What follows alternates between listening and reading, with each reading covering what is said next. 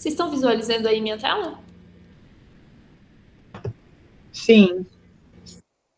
Beleza.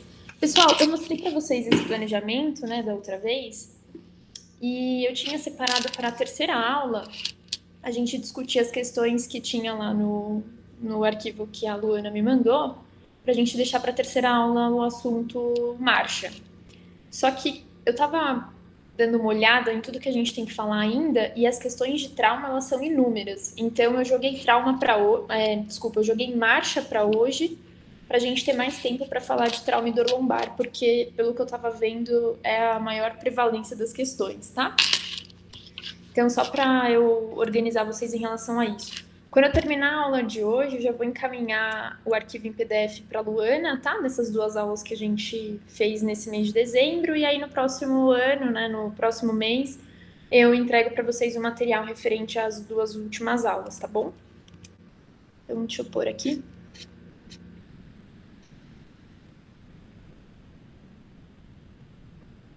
Então, pessoal, na aula de hoje, eu separei as questões que falam de lesões ligamentares, tá? A gente vai discutir mais sobre alguns testes ortopédicos, mas dessa vez para membro inferior, certo? Separei também as questões de eletro, na verdade tinha uma questão específica de eletro que eu coloquei para hoje, e as questões de marcha, como eu expliquei agora para vocês, tá? Então, na semana passada, alguns de vocês falaram que era melhor passar a questão primeiro, depois explicar a questão. Outros disseram que daquele formato que eu tinha feito, né, que eu tinha primeiro explicado o conteúdo, depois dado a questão, aquele formato estava bom. Então hoje, na tentativa de agradar a maioria de vocês, eu tentar agradar todo mundo, eu fiz metade metade, tá? Então a gente vai começar com questões que a gente vai primeiro, eu vou mostrar primeiro a questão para vocês e depois a gente vai discutir sobre os temas que a questão está abordando, tá? Então, pessoal, a primeira questão que eu separei para vocês para hoje é essa questão aqui. Eu vou ler o enunciado para vocês, tá? E vou pedir para vocês irem tentarem responder aí de acordo com as 5 alternativas, tá? Então, é uma questão que vai falar de um teste diagnóstico, um teste especial ortopédico, né? Então, um paciente deitado em decúbito dorsal e o examinador posiciona o membro inferior a ser testado de modo que o pé fique sobre o joelho do membro inferior oposto, né? O membro contralateral. Então, aqui ele está explicando o posicionamento do teste. Até aqui, o que ele quis dizer? O paciente está deitado e fez aquele posicionamento do 4, né? Que é o maléolo lateral de uma perna posiciona sob o joelho do membro contralateral. Na sequência, o examinador baixa lentamente o joelho do membro inferior que está sendo testado em direção à mesa do exame. Ou seja, ele pega lá na bordinha do 4, né, do joelho do paciente, e o fisioterapeuta estabiliza a pelve e empurra o joelho para baixo. O teste ele é considerado positivo quando o joelho do membro inferior testado permanece acima do membro inferior oposto estendido. Ou seja, o físio foi lá, empurrou para inferior, né, para posterior, o joelho do paciente, ele soltou e o joelho do paciente ficou posicionado bem para cima, né, acima do nível da perna contralateral. Esse teste acima que foi descrito, ele foi descrito por Magui em 2010, que é a referência de vocês, né, em relação à prova, e aí ele solicita aí para vocês definirem de qual teste ele está falando, tá? Entre as opções, a gente tem teste de Fadir, que é a opção A, teste de Faber, ou se fosse em português seria Faberi, né? Que é o Patrick Faberi. A alternativa C, teste para laceração do labial posterior. Alternativa D, teste de Trendelenburg. E a alternativa E, teste de Craig. Então, acho que fácil, né? Fácil, mas eu tenho algumas ressalvas em relação a essa questão, mas pensem aí o que vocês colocariam mais ou menos, se vocês querem arriscar, jogar aí no chat. Eu vou sair aqui para dar uma olhadinha, o que vocês pensaram, tá? Ninguém testou? Ninguém vai arriscar aí uma resposta? Muito cedo, né, pessoal? Então tá bom, eu vou voltar lá e aí a gente vai explicar em relação à questão, tá? O interessante é vocês sempre tentarem arriscar mesmo, assim, terem o raciocínio da resposta, né? Pra gente discutir em cima disso. Pessoal, a resposta aqui para essa questão é o teste de Faber, né? Ou o teste de Fabry. E aí eu vou explicar para vocês todos os outros testes, caso, né, vocês venham a ter questões semelhantes e que, na verdade, seja o posicionamento aí de outro teste especial, né? Dificilmente a questão vai ser repetida 2 anos consecutivos. Mas, pessoal, só para vocês, não sei se todos sabem, teste de Faber ou teste de Fabry, esse Faber aqui é um acrônimo. O que é um acrônimo, né? Quando você observa aí o nome do teste, então a gente tem F, AB e ER. Isso é em inglês, tá? O F significa flexion, né? Ou flexão. O AB, abduction, que é abdução. Se fosse em português, né? Até aí o acrônimo seria exatamente igual. E em inglês é o ER no final, né, que é o External Rotation. Se fosse em português, seria RE, né, que é a rotação externa. Por isso que em inglês fica Faber, em português fica Fabry. Mas eu não sei se vocês sabiam disso. É um acrônimo isso, não é o nome de quem criou o teste. Fabry é um acrônimo. E esse acrônimo, ele fala qual que é o posicionamento que o paciente tem que estar no teste. Flexão, abdução e rotação externa. Se você lembrar disso, automaticamente você vai lembrar do posicionamento correto do paciente em relação ao teste. E digo mais para vocês, não sei se todos vocês sabiam dessa informação, o teste acima aí da alternativa A, que é o FADIR, a mesma coisa. F de flexão, AD de adução e IR de internal rotation, ou seja, é um teste, esse teste FADIR, ele também fala como que é o posicionamento do paciente. Então, se vocês lembrarem dos acrônimos, né, dificilmente vocês cairão nessas pegadinhas, tá? E aí, pessoal, eu fiquei bem encucada com uma coisa, né? Que se a gente for observar o que o autor, o que eles consideraram na questão, eu até separei a frase, ó. Eles disseram que o teste ele é considerado positivo quando o joelho do membro inferior testado permanece acima do membro inferior oposto estendido. Eu estou considerando aqui exatamente a referência, e claro, vocês precisam considerar a referência que o pessoal da instituição solicita, né, para que vocês estudem em relação à prova. Mas eu fui ler o Magui para ver se realmente era isso. E aí no Magui tem esse desenho aqui, ó, super antigo, ele foi descrito há muitos anos atrás. E se a gente for observar, né, esse é o posicionamento do teste, olha lá, ó. Flexão, abdução, rotação externa, né? Joelho em cima do tornozelo, em cima do joelho contralateral. O fisioterapeuta estabiliza a pelve de um lado e com a mão contralateral ele empurra o joelho para posterior. Segundo o Magui, esse teste ele serve para avaliar patologias da articulação do quadril, tá escrito exatamente assim no livro, tá, pessoal? Espasmo do músculo ilho-psoas ou disfunção da articulação sacroiliaca. E o teste é positivo quando a perna do paciente não abaixa, né? Fica para cima. Minha crítica em relação a isso e não consigo não passar por essa questão sem falar isso, tá?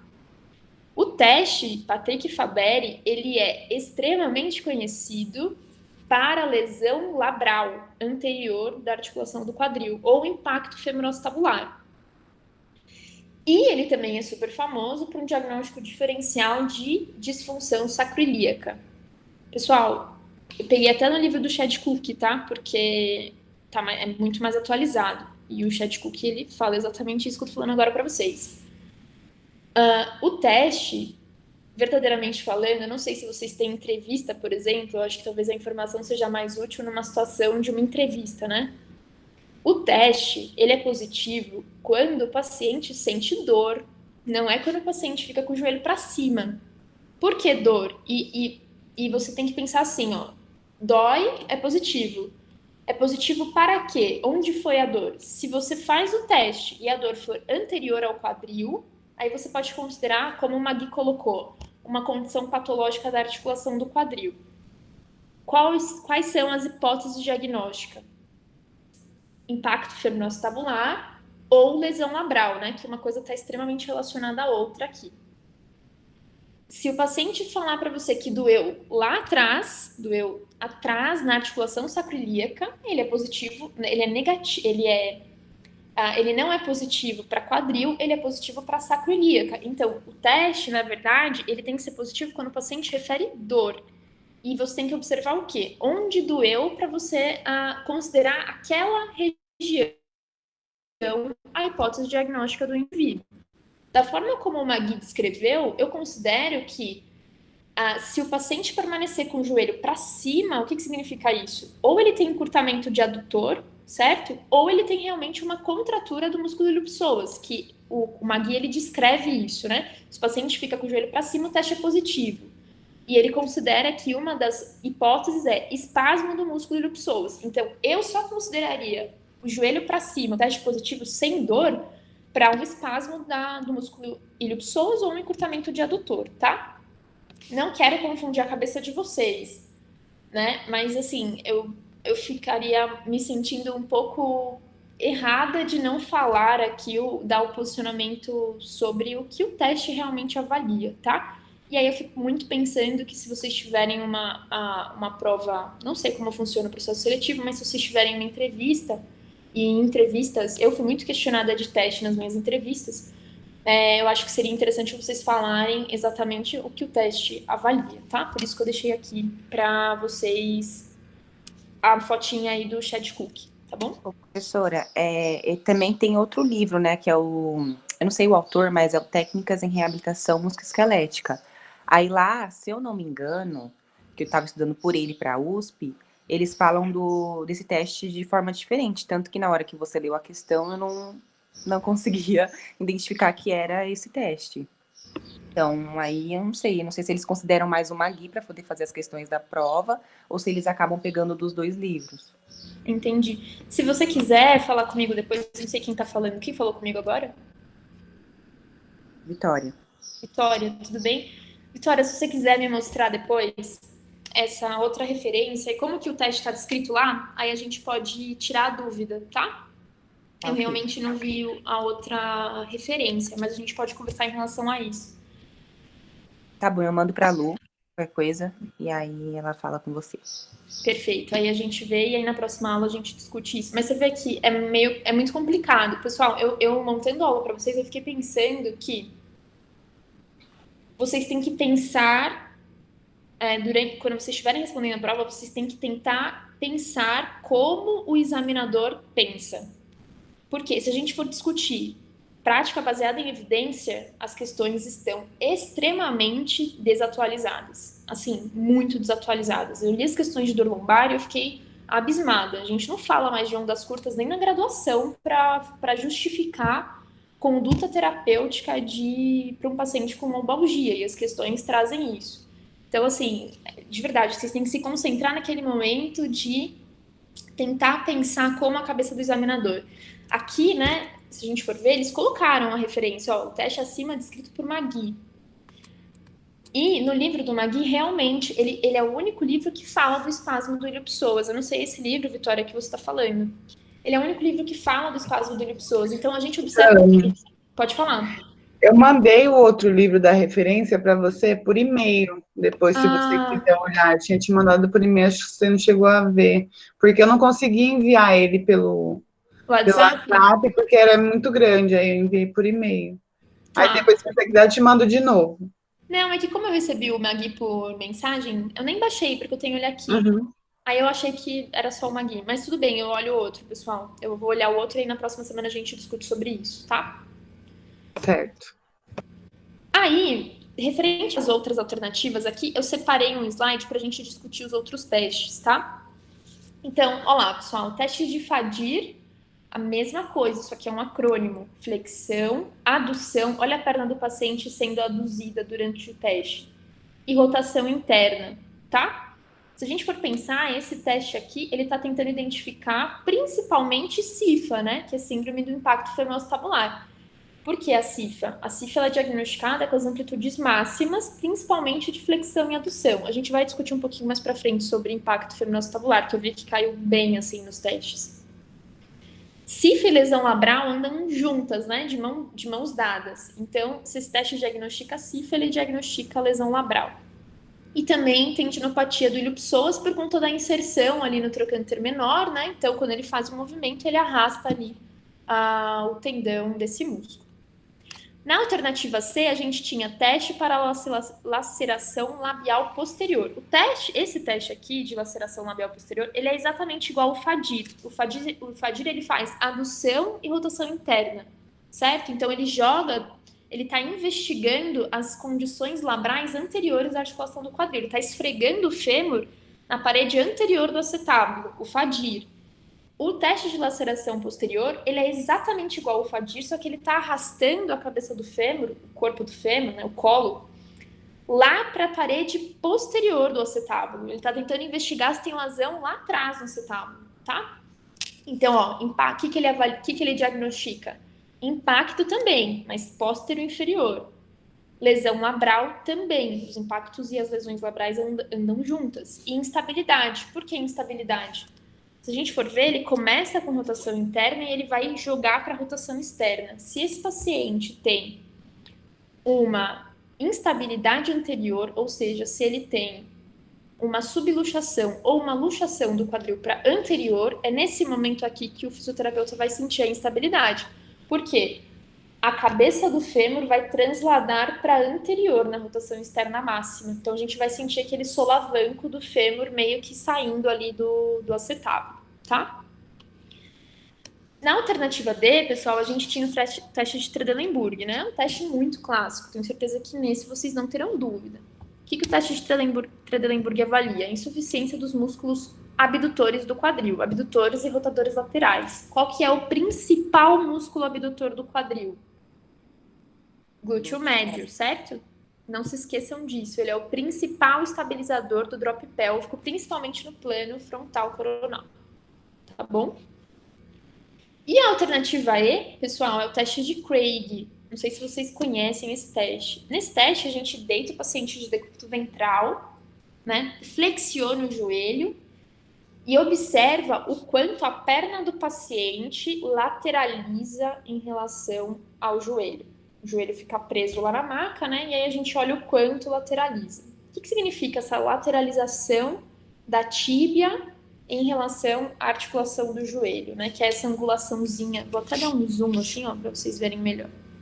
Que é essa angulaçãozinha aqui, ó. Né? O joelho ele não tá reto, tudo bem? A tíbia não fica reta. Ela tem uma queda. Essa queda ela é dada pela anteversão femoral, né? Lembra que o fêmur, então, cabeça do fêmur, colo do fêmur e diáfise, ele não é reto, né? Ele tem uma anteversão.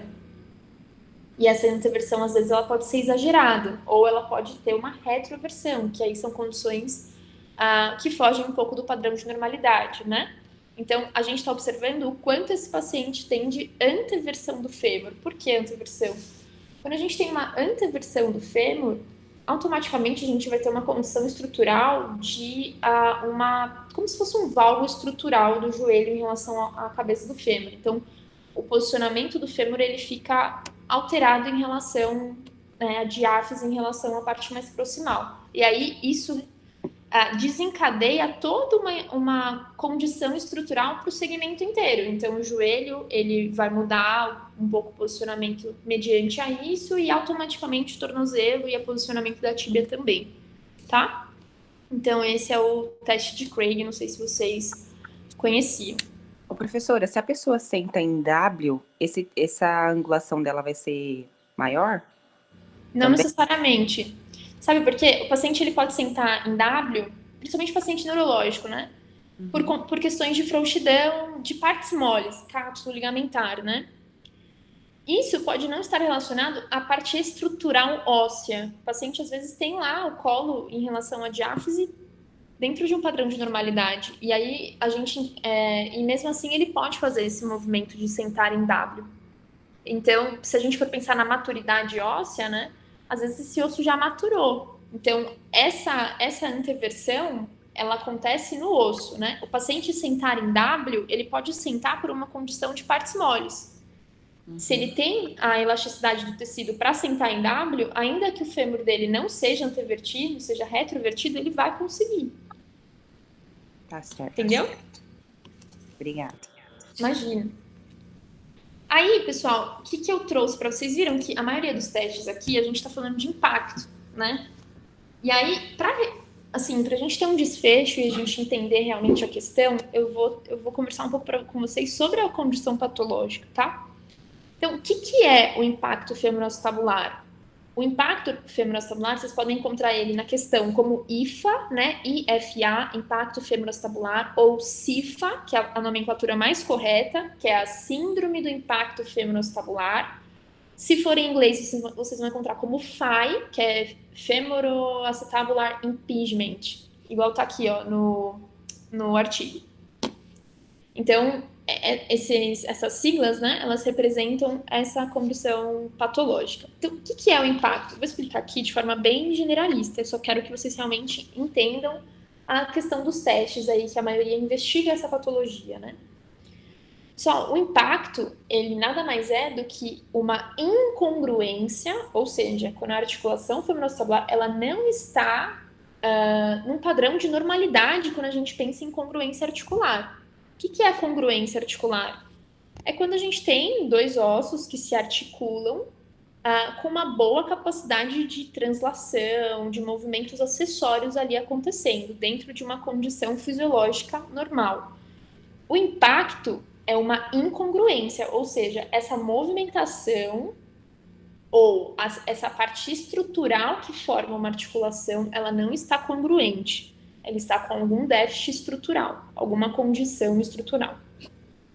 O impacto, ele caracteriza principalmente o que a gente veio conversando aqui esse tempo todo referente a essa questão, que é uma lesão labral, e lábio e cartilagem andam muito juntos ali, então uma lesão cartilaginosa ou do lábio acetabular, tá?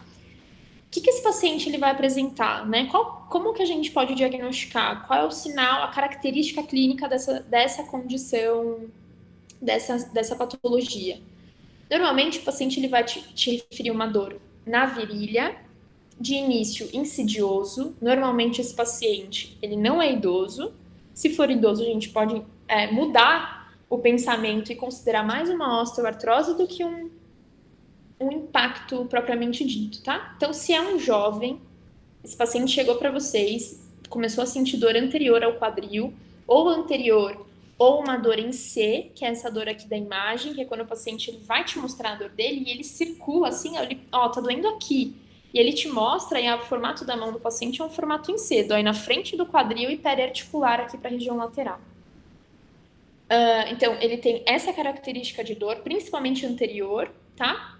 De início insidioso, que pode estar relacionado ao aumento da atividade física, principalmente nas amplitudes máximas do quadril, bailarinos, jogadores de futebol que dão aqueles chutes super altos. Então, normalmente está relacionado mais a esse paciente que faz esse movimento de extrema amplitude repetidas vezes, com muita rotação, com muita flexão, rotação interna, ou enfim, qualquer movimento muito amplo da articulação do quadril, tá? Quais são os tipos, pessoal, de IFA? A gente tem 3 tipos. Na verdade, a gente tem 2 e um é a soma dos 2 que a gente vai discutir. Então, a gente tem o tipo CAN. Ó, só para vocês entenderem, aqui vocês estão visualizando, acho que vocês estão visualizando minha seta aí, né? Aqui vocês estão visualizando a articulação do quadril, certo? Uma vista anteroposterior. O impacto ele vai se manifestar nessa região aqui, ó. Vou até colocar uma bolinha para vocês terem depois.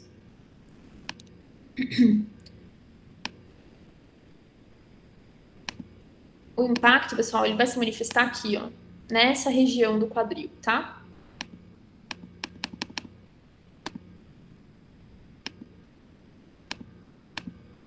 Nesta região. O que corrobora essa região?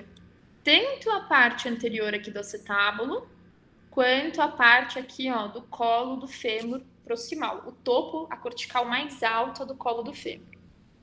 O que é um quadril congruente normal? Isso aqui é um quadril congruente normal. Então, você tem... Peraí, deixa eu só aumentar aqui para vocês verem maior, para a gente discutir um de cada vez. Então, você tem a cabeça do fêmur, certo?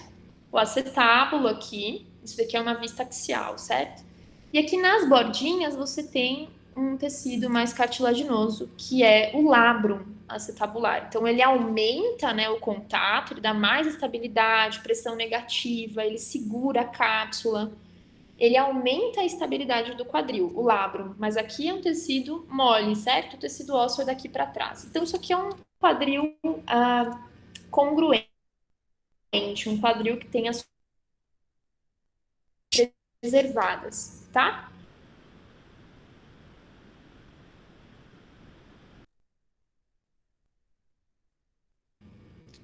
Um aumento, né, uma formação de neo-osso em alguma das estruturas. Então, esse daqui que vocês estão visualizando agora, ó, aqui em vermelho, a gente está vendo uma formação de osso novo nessa parede aqui do colo, e esse daqui a gente chama de CAN, ou CAME, tá? Então, esse daqui é o impacto do tipo CAN. O CAN acontece onde? No colo do fêmur. O pincer, pensa em pinça, ele acontece onde? Ele é um aumento da formação óssea na cobertura anterior do acetábulo. Então, isso daqui vai estar aumentado em relação ao que é o padrão de normalidade. Esse é o pincer. E você pode ter o misto, que é quando a gente encontra alteração estrutural, tanto no acetábulo quanto no colo do fêmur. Pessoal, por que dói? Porque aqui a gente tem algumas estruturas importantes que passam por essa região do quadril, né? Passam aqui, ó, na região anterior do quadril. A gente tem o músculo reto femoral, né, que é o quadríceps, um ventre do quadríceps, o reto femoral. E a gente tem o músculo iliopsoas, que ele vai se inserir aqui, ó, no trocânter menor do fêmur. Essas estruturas, elas passam na região anterior do quadril. Se você tem um aumento dessas estruturas ósseas, quando o paciente for fazer o movimento de flexão, os movimentos mais extremos, né? O impacto ele é principalmente o movimento de adução, rotação interna e flexão, tá? Que é quando você realmente vai colocar em contato essas estruturas, né? Quando você faz esses movimentos, se você tem um aumento de tecido ósseo aqui nessa região, antes do paciente chegar na máxima amplitude, você já vai estar comprimindo as estruturas que estão ali. Por quê? Você tem um espaço diminuído para essas estruturas permanecerem numa condição bacana durante o movimento. Então, o paciente está lá flexionando, se o impacto for muito grande, rapidamente, quando o paciente estiver dobrando, rapidamente vai acontecer dos tecidos serem tensionados ali, né, por conta do movimento articular. Então, o impacto ele acontece por conta disso, tá? Não sei se deu aí para vocês entenderem. Então, por que lesão labral? Lembra que essa pontinha aqui é labrum, né? E isso daqui ele pode ter um destacamento, é a região que mais fica comprometida, né? Que é o primeiro contato ali. Quando acontece o contato precoce, pela diminuição do espaço, a gente acaba deixando essas estruturas numa condição ruim ali para o movimento, impactando muito, e aí você gera lesão nessas estruturas, tá bom? Deu para entender aí, pessoal?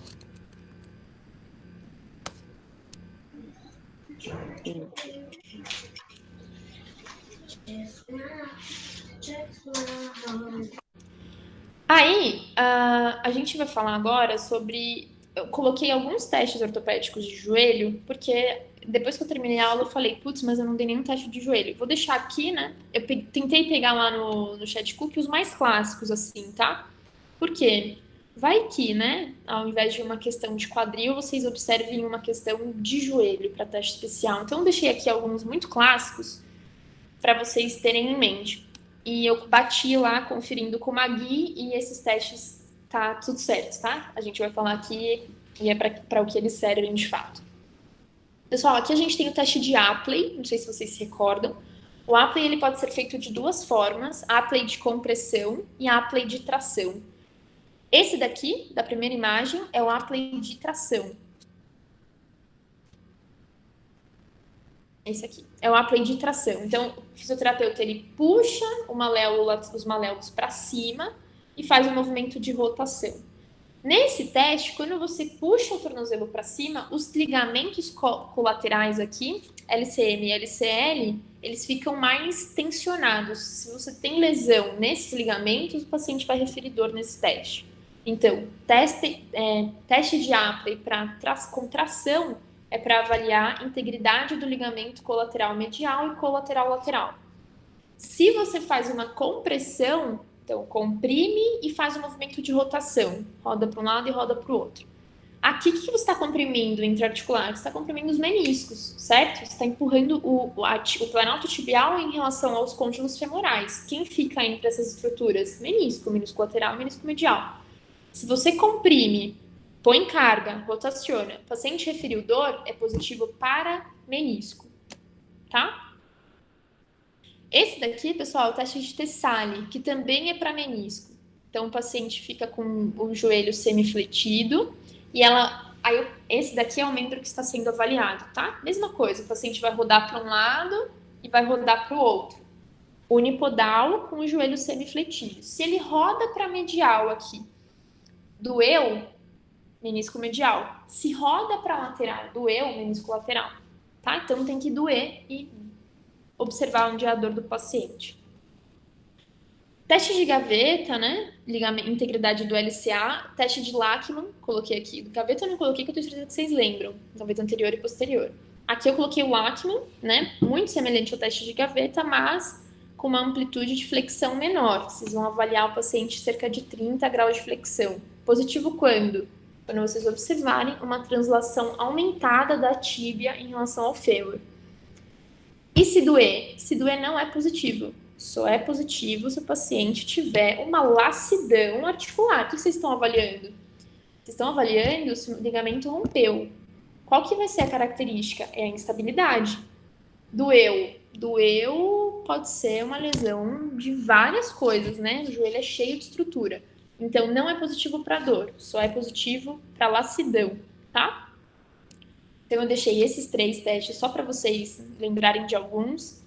Coloquei o teste de estresse em valgo e varo. Pessoal, não sei, né, se vocês prestaram também outras provas. Às vezes vocês encontram esse teste como teste de bocejo, tá? Bocejo lateral é a mesma coisa que estresse em varo. Em varo.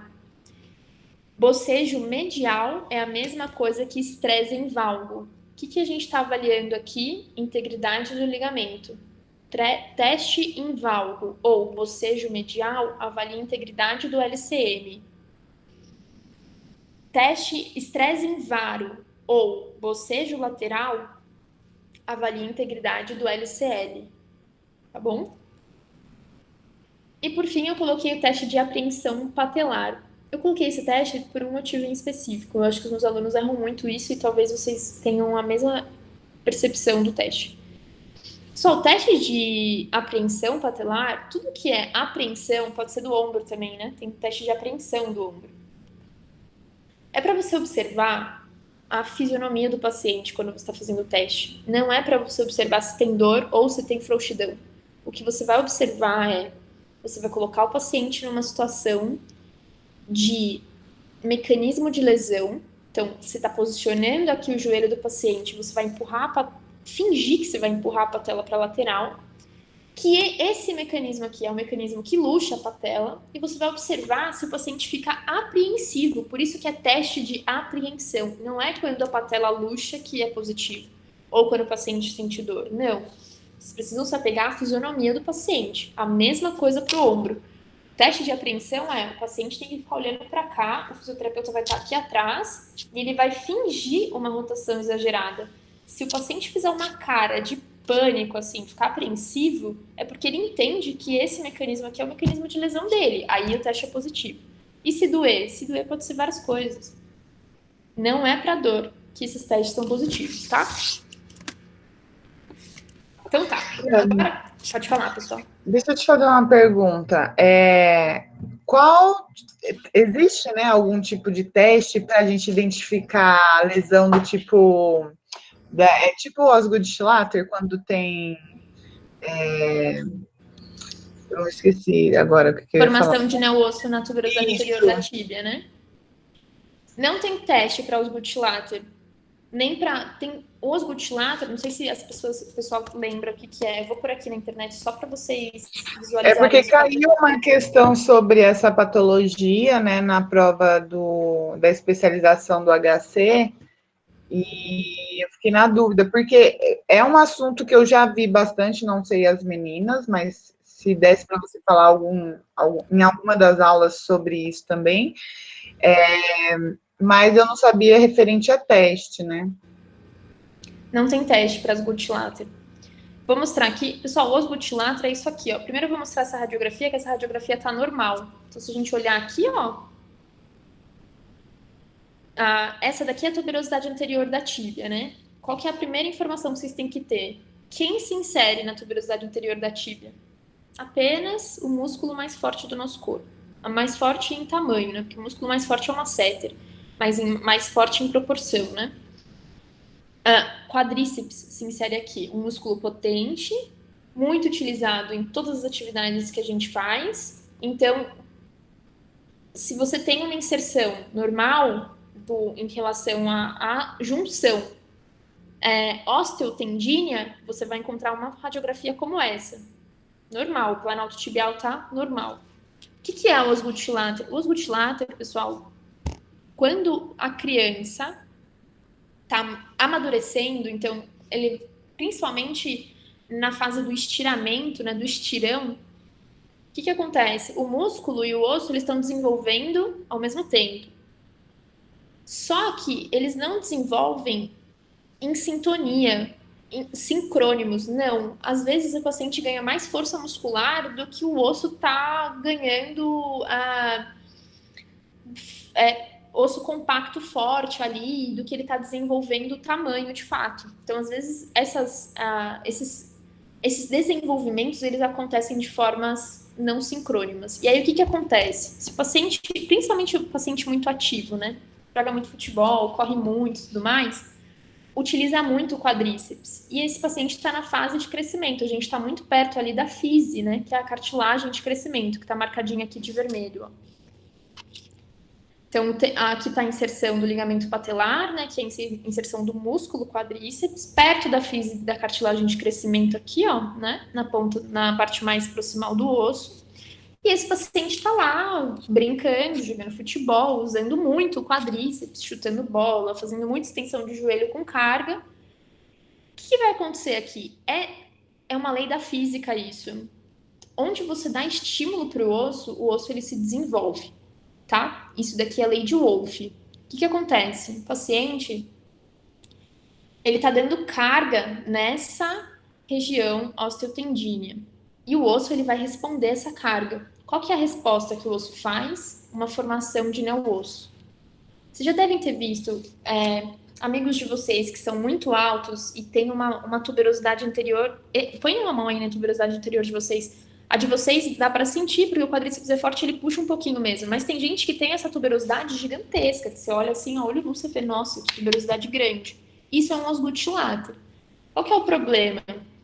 Essa força de cisalhamento que a gente dá durante as atividades, principalmente atividade por overuse, você pode acarretar uma fratura aqui. Tá usando muito esse osso, ele não tá maduro, ele tá formando osso novo, mas ele não está compacto da forma maduro mesmo. Você pode levar a uma fratura ou uma tendinopatia, muita dor dessa região. Muitas das dores de crescimento podem estar relacionadas ao osgutilator, tá? Não tem teste para osgutilator. O osgutilator, a gente vai visualizar o aumento da formação, né, formação de neo-osso.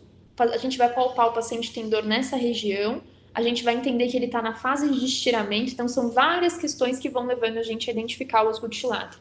Radiografia é um excelente exame para diagnosticar, tá? Mas teste especial mesmo a gente não tem.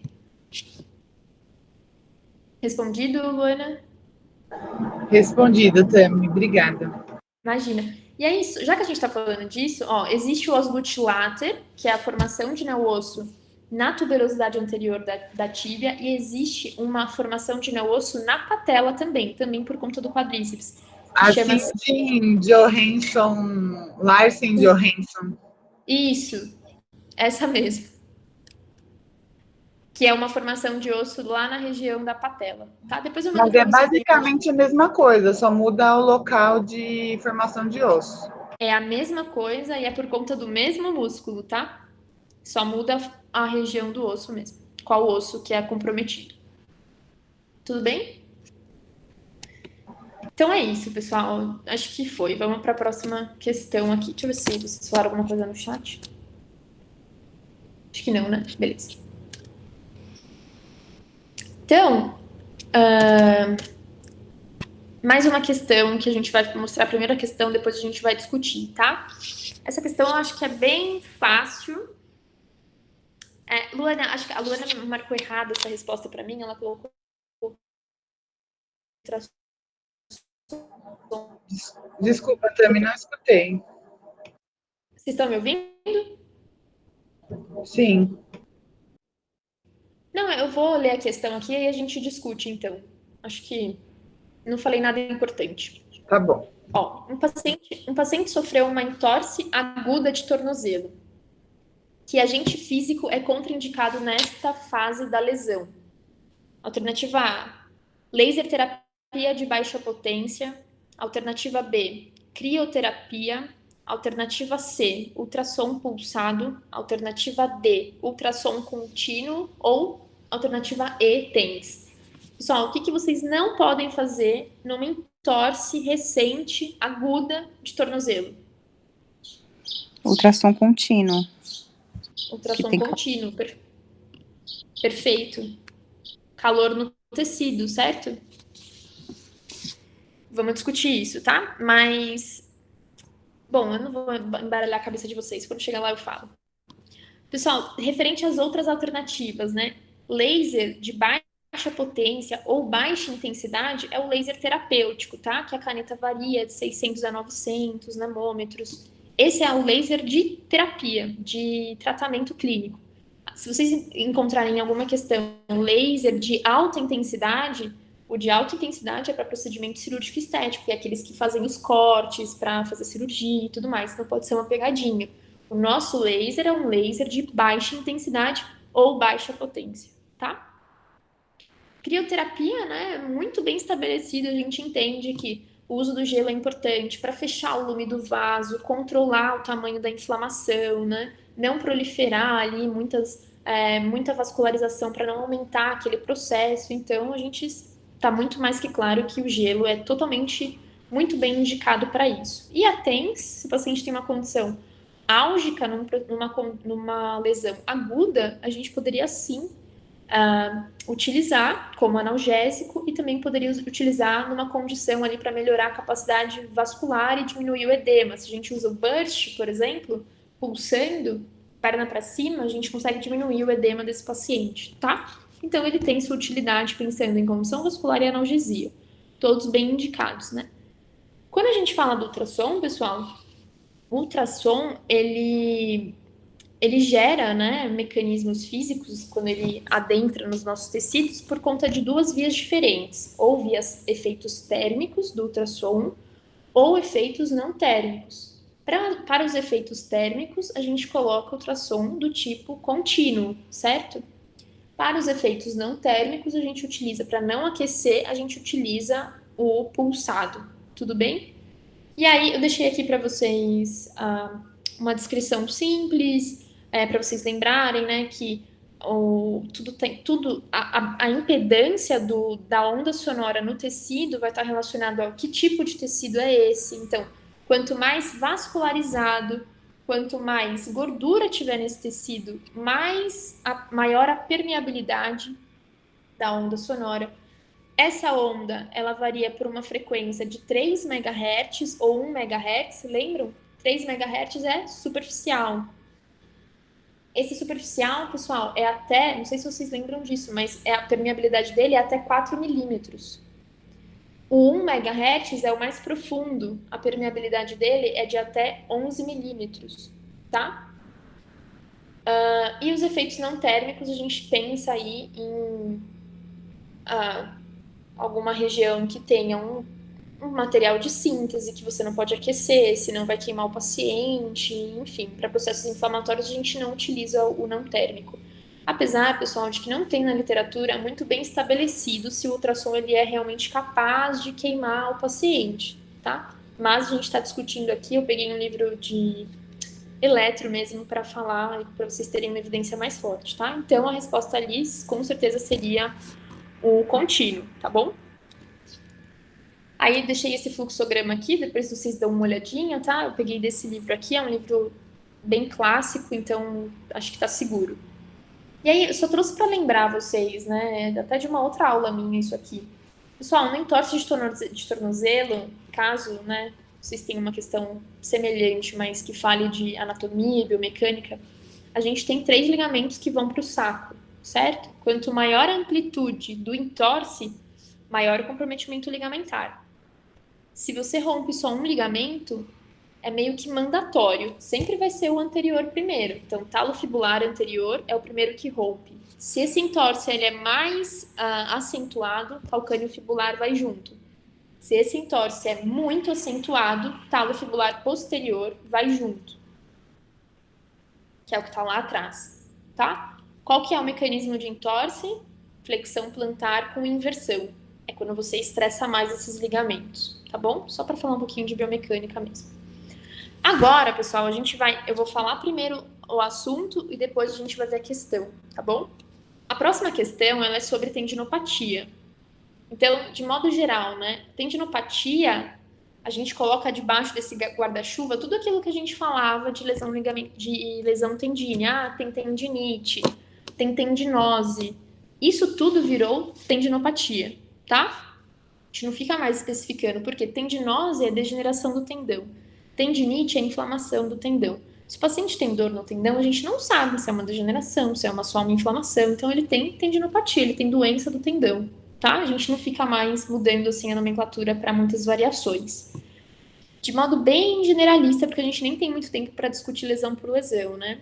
A característica da tendinopatia, pessoal, é uma hipovascularização naquela região osteotendínea. A maioria das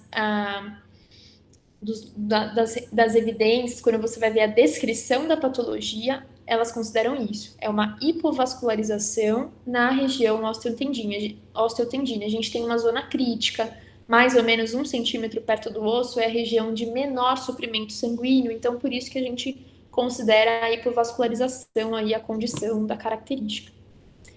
E aí, onde ela ocorre, né? Normalmente ela vai ocorrer nos principais tendões, né? Patelar, tendinopatia do tendão patelar, tendinopatia do músculo supraespinhoso, muito relacionado ao movimento de rotação interna exagerado, né, com adução aqui. Onde mais? As famosas epicondilites laterais, para o pessoal que trabalha em escritório, mediais, que é o cotovelo de golfista, e elas também ocorrem no tendão calcâneo, que é exatamente a questão que a gente vai discutir, tá? Pessoal, como que a doença acontece? Vou falar bem de forma breve, tá? Então, a gente tem normalmente uma lesão por overuse. Movimento repetitivo, você está gerando um trauma naquela região osteotendínea. Quando você tem esse trauma, essa lesão, o que você gera? Você gera um processo inflamatório. O processo inflamatório, ele tem etapas, né? Até o remodelamento e a cura do tecido. O que acontece na tendinopatia? Você tem uma falha na resposta do processo inflamatório, na resposta para a cura. E essa cura, ela não acontece. E aí você começa a observar mudanças histológicas nesse tecido. Aí você vai começar a gerar dor, fraqueza, e as manifestações são as doenças do tendão, tá? Isso aqui é de um artigo que eu coloquei do Futchal aqui embaixo. Aí a gente vem para a nossa questão, tá? Porque essa questão, ela vai discutir sintomas. Então, a gente vai discutir os sintomas já dentro da questão. Vou ler para vocês, se atentem aí, tá? Então, pessoal, a inflamação do tendão do calcâneo pode aparecer nos esportistas como consequência de uma sobrecarga do treinamento. Até aqui, totalmente, né? A gente está falando de lesões que acontecem principalmente por overuse. Então, ótimo. Ou pelo uso de um calçado inadequado, mulheres com salto alto, ou ainda por falhas técnicas, que são os traumas, certo? sendo alguns esportes considerados de maior risco, como os saltos que têm um salto, como os esportes que têm um salto e corrida. Ponto. A inflamação do tendão do calcâneo caracteriza-se por tais acontecimentos, com exceção de. Então, dessas alternativas, a gente vai escolher a que não tem a ver com uma sintomatologia do tendão calcâneo, tudo bem? Eu vou lendo aqui e a gente vai discutindo uma a uma.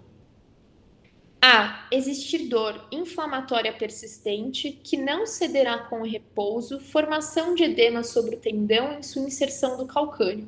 A gente discutiu na outra aula, né, que dor inflamatória não cede no repouso. Então, essa questão, ó, dor inflamatória persistente, sim, porque você tem uma falha no processo de cicatrização nessa doença. Então, sim, existe uma dor inflamatória persistente, que não cede com repouso. Dor inflamatória não cede com repouso.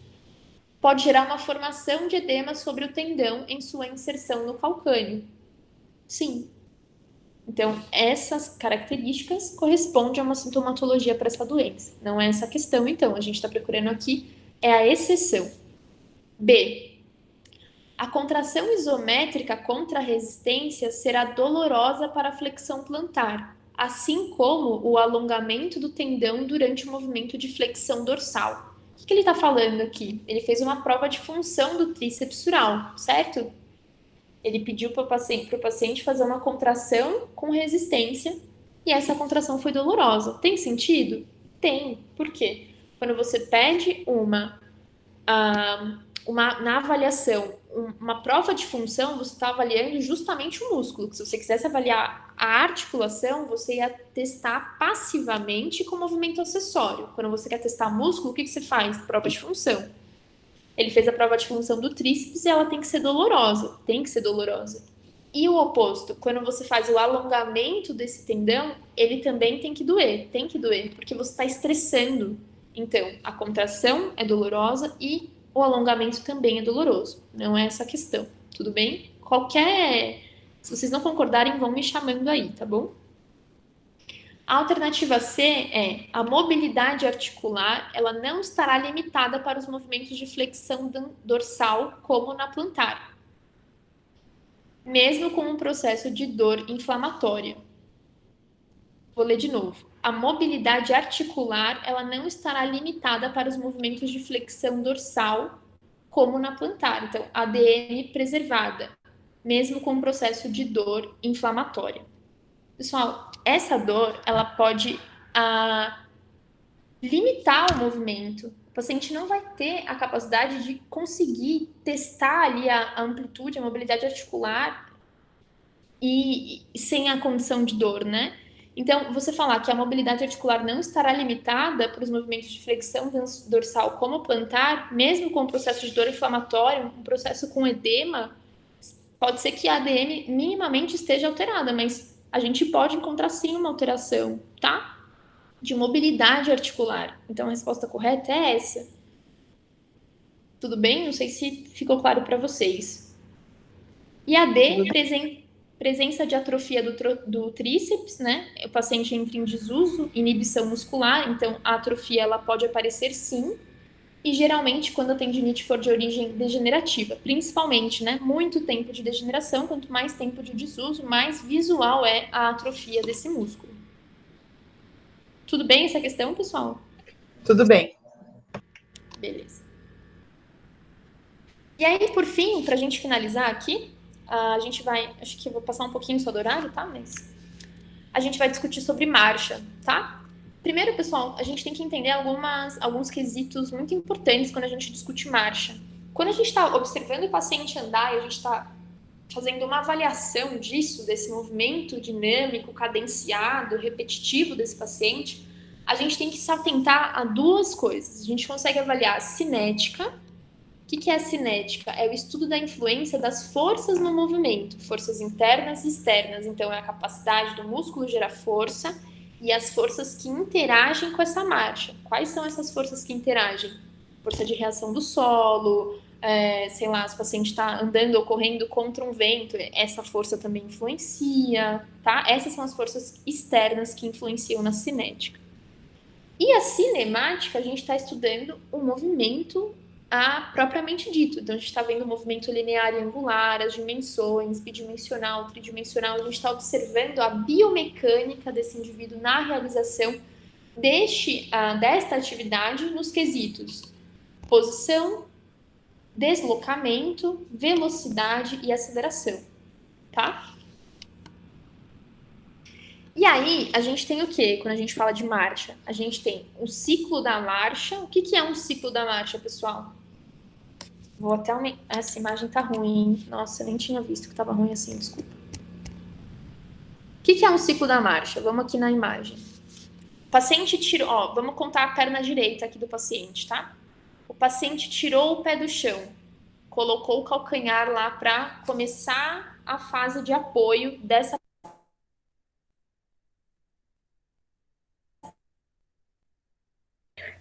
Travou aqui. Não sei se tá travando.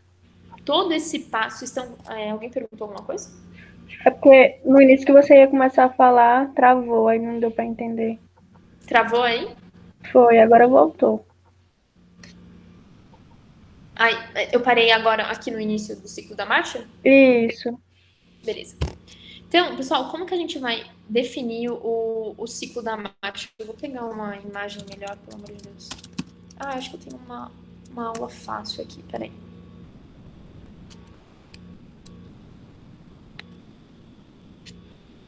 Aqui. Pessoal, o que é um ciclo, né, de marcha? O paciente pisou. Deixa eu só entender como que tá essa imagem. Passada à esquerda, passada à direita. Não, essa imagem tá ruim também. Vamos aqui mesmo. Ó, o paciente começou a fase de apoio, colocou o calcanhar no chão, contato inicial, né? Então ele vai ir aplanando esse pé no chão, certo? Então ele vai fazer o apoio médio, ó, apoio médio. Ele vai começar com o push-off, que é o apoio final, ó, o desprendimento do hálux do chão.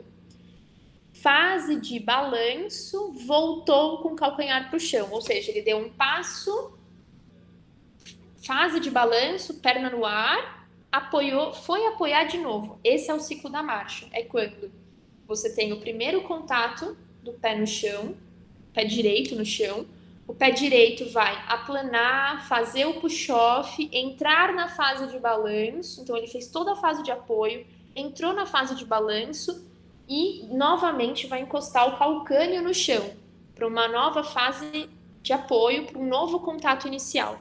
Quando ele sai, ele dá a partida no primeiro contato, faz todo o passo, fase de balanço, quando ele retorna, isso é um ciclo de marcha, tá?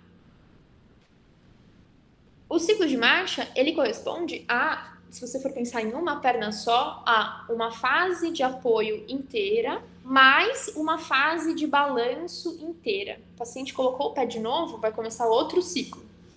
Tudo bem? Pensando nisso, a gente tem duas fases, né? Duas fases, fase de apoio e fase de balanço. Aqui eu coloquei até algumas descrições, ó. O que é passo e o que é passada? O passo, pessoal, é o intervalo para cada membro. Então, o que é um passo? Tirou o pé direito do chão, colocou de novo, um passo. Se você colocou o pé direito no chão, tirou o pé direito do chão, colocou de novo, foi com o esquerdo também, voltou com o direito, que é essa passada inteira, né? Ele fez a fase de apoio de balanço, isso é uma passada, é um ciclo de marcha. Se o paciente só faz isso aqui, ó, saiu da fase de balanço, pensa essa perna direita aqui, ó. Saiu da fase de balanço, pisou no chão. Isso é um passo. Uma passada é quando você dá um passo com cada perna. Andou com um passo com a perna direita, um com a esquerda, tá voltando para a direita, isso é uma passada. O passo é quando você está olhando a fase de balanço terminar de uma perna só, tá? E aí a gente tem as fases, né, do ciclo da marcha. Então a gente tem a fase de apoio e a fase de balanço. Quais são, né, os critérios dessas fases? Então, a gente tem o contato inicial, calcâneo no chão. Aqui eu não vou falar para vocês as condições dinâmicas. Acho que a gente pode até falar aqui brevemente, mas eu recomendo que vocês, talvez, vale a pena estudar mais profundamente sobre a característica muscular de cada fase aqui, tá?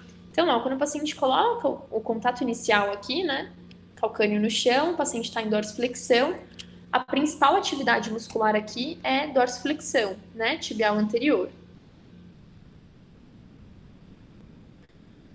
Aí, pessoal, ele vai aplanar o pé no chão, né? Então, pé todo no chão aqui, ó. Isso daqui é resposta à carga. Aqui a gente tem uma interação de vários músculos, né? A gente tem interação dos músculos tibial anterior com flexor plantar, para segurar, estabilizar, e essa tíbia no momento de segurar essa fase de apoio, tá? A gente pode falar aqui, assim como no apoio médio aqui, nessas duas fases, a gente tem um suporte do glúteo médio, né, que estabiliza o quadril, para você não observar os drops.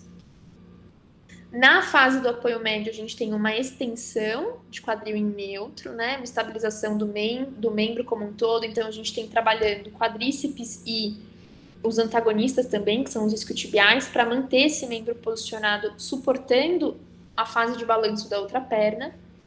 No apoio final, a gente tem principalmente acontecendo aqui uma extensão de quadril proveniente do músculo glúteo máximo, tá? E um pouquinho de flexão plantar aqui acontecendo também na articulação do tornozelo, proveniente dos músculos tríceps femoral.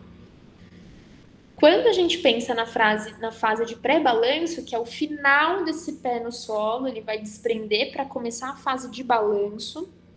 Aqui ainda é uma fase de apoio, o pé ainda está no chão. A gente tem a atividade principal no push-off do flexor longo do hálux, porque ele vai empurrar o chão para você entrar numa impulsão da fase de balanço. E na fase de balanço, a gente vai ter aqui o controle de vários músculos, né? A cadeia cinética aberta bem controlada.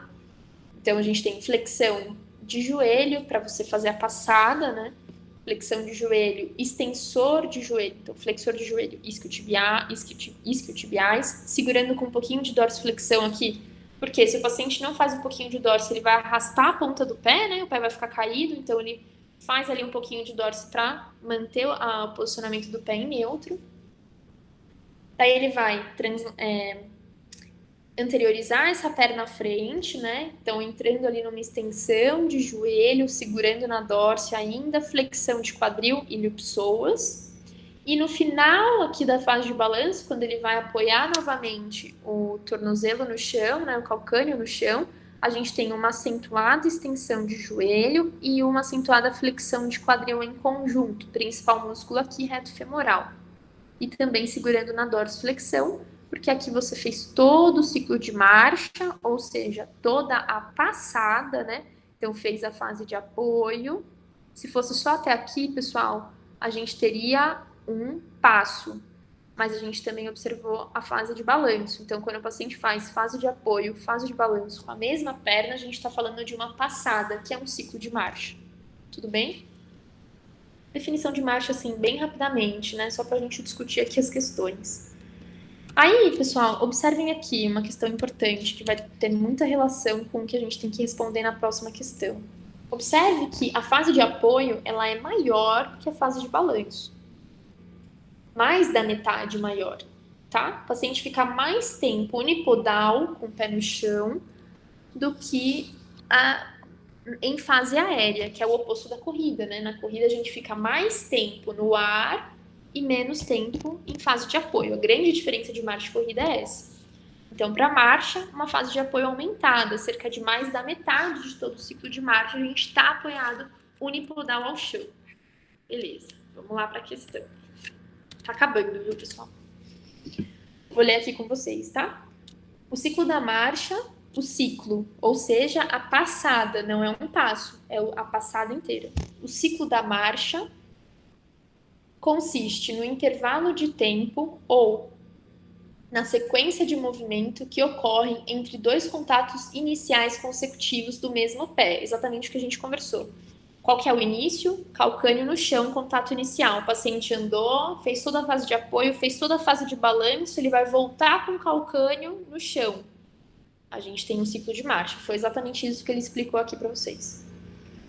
Este ciclo, ele pode ser dividido entre fase de apoio e fase de balanço. Como base nisso, devia ser com base nisso, qual a sequência correta da fase de apoio e qual a porcentagem desta em relação à fase de balanço. Beleza, vamos para as alternativas. Pessoal, ele quer que vocês respondam o quê? Ele quer que vocês falem qual que é a fase. Mostrei a resposta, vacilei aqui.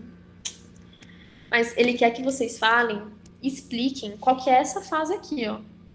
Essa fase, isolada. Contato inicial, resposta à carga, apoio médio, apoio final e fase de pré-balanço, que é o push-off, tá? Ele quer que vocês expliquem isso. Então, vamos lá. Na alternativa A, pré-balanço. Pré-balanço é o final da fase de apoio. Já tá errado, mas vamos lá. Pré-balanço, contato inicial. Como que o paciente tá com hálux no chão e na próxima fase ele tá com calcânio no chão? Não tem sentido. Então, pré-balanço, contato inicial, resposta à carga, apoio médio, apoio terminal. Tirando o pré-balanço, a ordem estaria certa, numa relação de 20 para 80. A relação não é essa. A gente tem mais fase de apoio do que de balanço, e aqui ele está falando para a gente que é o contrário. Alternativa B, contato inicial, resposta à carga, apoio médio, apoio terminal, pré-balanço. Tudo certo, né? Contato inicial, resposta à carga, apoio todo pé, apoio médio, apoio terminal, pré-balanço, que é o início do push-off, tá na ordem. Mas, olha a relação, 60 para 40. A relação tá errada, por quê? Primeiro ele tá pedindo a relação da fase de apoio. A fase de apoio ela é maior que a fase de balanço, então tá invertido esse valor. Aí a resposta C. Contato inicial, resposta à carga, apoio médio, apoio terminal, pré-balanço, exatamente igual ao anterior, com a relação de 60 para 40. Ele ajustou a relação aqui. Essa é a resposta correta. Na D, pré-balanço, ó, já começou errado. Você já começou falando o final da fase de apoio. Tá errado. Aí vamos para E já. Contato inicial, balanço inicial, misturou as fases. Balanço médio, balanço terminal, 75-25. Nada a ver, né? Então, a resposta certa ali seria a C. E aí, pessoal, essa daqui, vou contar para vocês que eu acho que, não sei se eu acertaria essa. Mas, ó, é de marcha também, essa é a última, tá? Então, ó, a marcha é uma atividade automática que consiste no ato de deslocar o centro de gravidade para fora da base de suporte sucessivamente. Sim, é uma descrição correta. Na biomecânica a gente fala que quando o paciente está andando ou correndo, em relação à gravidade, ele está em queda o tempo inteiro, porque ele se anterioriza e cai no chão e vai de novo, e isso é exatamente o que ele explicou aí, tá? Sendo assim, características como amplitude de movimento, força muscular e equilíbrio são requisitos fundamentais para a execução da marcha normal. Pacientes que são submetidos a diferentes cirurgias de joelho evoluem com deficiência da força muscular do quadríceps femoral decorrente da inibição artrogênica. Depois a gente fala de inibição artrogênica, mas essa frase tem total coerência e está muito bem embasada, né? Muitas cirurgias, não só de joelho, de quadril também, desenvolvem ali condições de inibição artrogênica. O que é inibição artrogênica, pessoal? Você tem um processo inflamatório acontecendo para o reparo desse tecido, então você tem um aumento do edema naquela região. Então pensem que as terminações nervosas ali perto do joelho, o quadríceps, elas estão embebidas por esse edema. O que acontece com isso, né, com a terminação nervosa lá embebida pelo edema? A resposta e a informação, a aferência, a informação que sobe para o córtex e a informação que desce, mandando você fazer força e contrair aquele músculo, ela está alterada. Por quê? A terminação nervosa ela não está íntegra. Isso é um processo que acontece por um tempo, que é o processo inflamatório, durante o processo inflamatório. Significa que o paciente perdeu força? Não. Às vezes o ventre muscular dele está preservado. Significa que está inibido. Não perdeu força. Vai perder força se manter a inibição por muito tempo, se manter o desuso por muito tempo. Perde força rápido? Perde força rápido. Mas o paciente acabou de operar, tem edema, não está contraindo o quadríceps, vocês observam lá que ele está meio gelatinoso. Não é que perdeu força, ainda não perdeu. Ele está dentro de um quadro de inibição, tá? Que altera muito a capacidade de contração dele. Então explicamos o que é inibição artrogênica. Quando a força deste músculo atinge apenas o grau 2, então vocês lembram aí da escala de Ashworth, né? Quando o paciente tem grau 1, ele tem aquela contração muito mínima.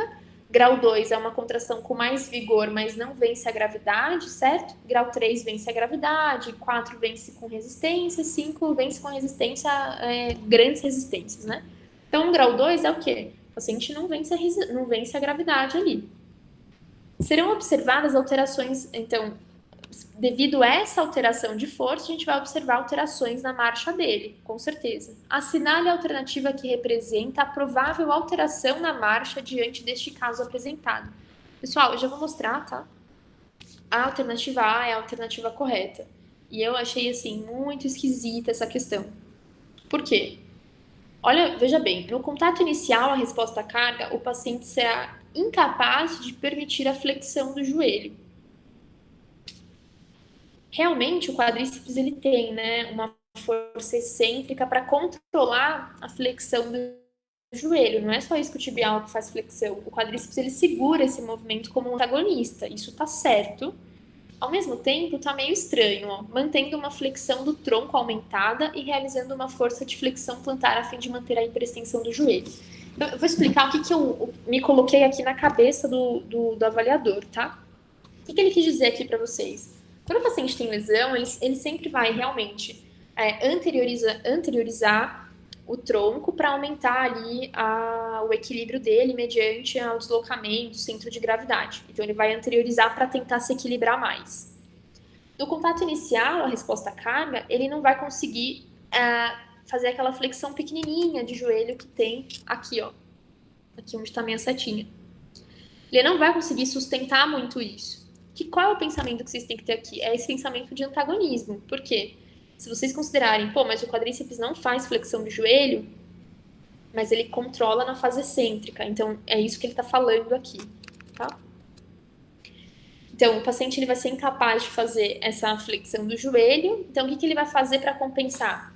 Joga o tronco para frente e ele vai realizar uma forte flexão plantar no chão. O que é isso? Ele vai colocar muita carga lá embaixo no tornozelo para tentar estender o joelho e se segurar aí para fazer um mecanismo de deambular para frente, né? De se projetar para frente.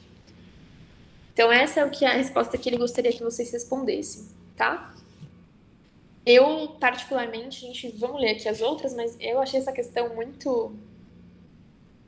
Enfim. No contato inicial, a resposta à carga o paciente mantém uma hiperextensão do tronco a fim de manter o joelho estendido durante toda a fase de apoio. Não, né? Quando ele não tem muito equilíbrio por conta de alguma questão, o paciente ele sempre vai se projetar para frente, tá? Quando a gente altera o centro de gravidade, a gente sempre pensa no idoso. O idoso flexiona para se equilibrar mais. O paciente da neuro flexiona para se equilibrar mais. O paciente da ortopédico também, ele vai tentar buscar equilíbrio anteriorizando aqui o tronco para frente. No pré-balanço, o paciente será incapaz de elevar o calcanhar com força suficiente para auxiliar no impulso do membro inferior à frente, diminuindo o tamanho da passada. A gente falar que no pré-balanço o paciente não vai conseguir elevar o calcanhar, a gente está falando que o paciente não consegue fazer dorsiflexão. Quem eleva o calcanhar, flexão plantar. Quem eleva o calcanhar são os flexores plantares. A gente está falando de uma inibição do quadríceps. Então, essa nitidamente está errada. D. Na fase de apoio, o paciente irá diminuir o tempo do lado saudável, com consequente aumento da velocidade na fase de balanço do lado comprometido. Na fase de apoio, o paciente irá diminuir o tempo do lado saudável. O paciente, ele vai aumentar. Por quê? Isso daqui é exatamente o oposto. Lembra quando o paciente de vocês machucado, o que ele faz? Ele passa muito mais tempo apoiado na perna saudável do que no membro contralateral. Então é o oposto. Ele sempre vai ficar muito mais tempo lá se apoiando onde ele consegue se apoiar com integridade do que do outro lado, tá? E aí, o paciente será incapaz de desenvolver a marcha sem o uso de dispositivos auxiliares. Pessoal, o paciente não vai ser incapaz. Não vai ser incapaz. Só que ele vai andar com um comprometimento que às vezes é muito aleatório, às vezes não é descrito como uma alternativa A, descreveu aqui. Então é muito um critério de exclusão, né? A gente lê as outras e exclui as outras por questões mais óbvias. Por isso que a gente consideraria aí a questão A. Mas eu achei essa questão bem confusa, assim, bem nada a ver, na verdade. Tá? Então, pessoal, é isso hoje. Prof, Hum, eu queria te perguntar porque tu falou da escala de Ashworth. Ela não é para paciente neurológico, mais utilizada em paciente neurológico? sim. Que você ela falou aí, Sim. Quem falou comigo agora? Érica. Oi, Érica. Sim, ela é. Na verdade, assim, quando a gente pensa em avaliar um músculo. Ó, eu tô dentro de um laboratório de biomecânica aqui, ó. Isso daqui é um dinamômetro isocinético, né? Que faz avaliação de força isométrica ou força dinâmica, né? Movimento em isometria ou. Movimento em isometria não, né? Carga máxima em isometria ou fazendo movimento isotônico. É um tipo de avaliação de força ortopédica que a gente utiliza mais do que uma escala de Ashworth, por exemplo. Né? A gente pode ter um dinamômetro assim ou um dinamômetro manual. Quando a gente pensa no paciente ortopédico, eu, por exemplo, eu não fico avaliando com escala de Ashworth, porque eu também tenho esse mesmo pensamento que você, Érica, que é muito mais para o paciente neurológico. A gente avalia, na ortopedia, teste de unidade contrátil. O que é isso? Eu solicito a força para o meu paciente, estou avaliando o bíceps, ó. Avalio, aí o que eu falo? Qual que tem que ser a minha conclusão disso? Forte ou fraco? Então eu tenho que considerar, foi forte ou fraco? Forte. Com dor ou sem dor? Pergunta para o paciente. Doeu? Com dor ou sem dor? A gente na ortopedia é muito mais fácil, eu considero assim, teste de unidade contrátil. Forte sem dor. Forte com dor. Eu não faço escala de Ashworth nos meus pacientes, mas a escala de Ashworth é uma escala muito clássica. Eu acho que eu entendi o que a Erika quis dizer, porque, na verdade, a Ashworth é para avaliar o tônus. E a MRC, que seria os graus de força de 0 a 5. Que é aquela MRC, eu não sei o que significa. Medical Council Research, uma coisa assim. Research, eu acho que é por conta disso. Só foi a troca na nomenclatura, mas a MRC são os graus de força e a Ashworth é do tônus, que é a avaliação da qualidade do tônus muscular. Ah, entendi. Bom, então deve ser essa outra mesmo. É que a avaliação é igual, né? 0, não vence a gravidade, 1 esboça, 2, não, desculpa, 0 é um esboço muito mínimo, 1 esboça, não é isso? 2, não vence a gravidade. A de MRC. Ah, então eu descrevi errado só, desculpa. Não, só foi isso, porque da Ashworth é questão de aumento do tônus no início, ao final do arco de movimento, e tem a descrição lá, mas só foi entendi. a troca do nome. Então eu errei mesmo. Desculpa, Érica, você tá certa. Confundi aí os nomes. Mas porque a MRC a gente também usa muito pouco. Mas o que vocês têm que pensar, né? De novo, cabeça do avaliador. É uma escala muito clássica. Vocês vão encontrar em vários livros, né? E a gente conhece há muito tempo. Então, quando vocês verem uma nomenclatura assim, né? Classificada por grau, as forças, aí vocês já lembraram aí qual é a escala. Tá bom? Tá certo, Tami, muito obrigada. A aula foi ótima hoje.